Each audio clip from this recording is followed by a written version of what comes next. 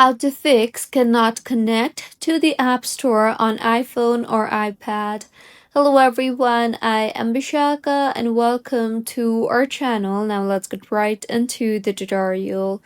There are few fixes on how you can fix this particular issue. So, first things first, go ahead and check your internet connection.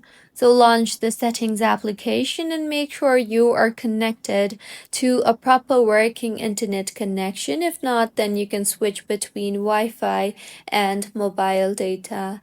Next, go ahead and try to restart your iPhone, as a simple restart helps in fixing majority of minor glitches on your iPhone.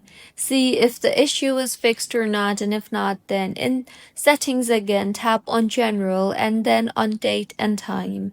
Here, go ahead and toggle on the toggle button for set automatically, as sometimes wrong date or time can block App Store access. Next, in settings again, tap on your name on top and then tap on the sign out option you see there. Once signed out, restart your iPhone and sign in again. This will refresh your App Store authentication. See if the issue is fixed or not, and if not, then in settings again, tap on general and then on transfer or reset iPhone, and then on reset and then on reset network settings. Enter your passcode and reset network settings. This fixes hidden Wi-Fi or DNS issues. Make sure that you will need to re-enter all your Wi-Fi passwords after this. Also, make sure that you are not connected to any type of VPN services, and if you are connected, then disable the VPN. And if the issue is still not fixed, then in settings again, tap on general and then on software update.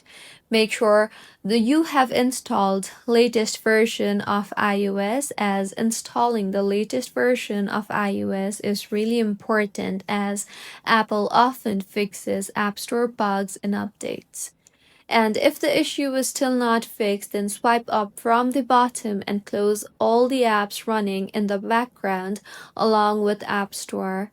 Reopen it and this will refresh App Store.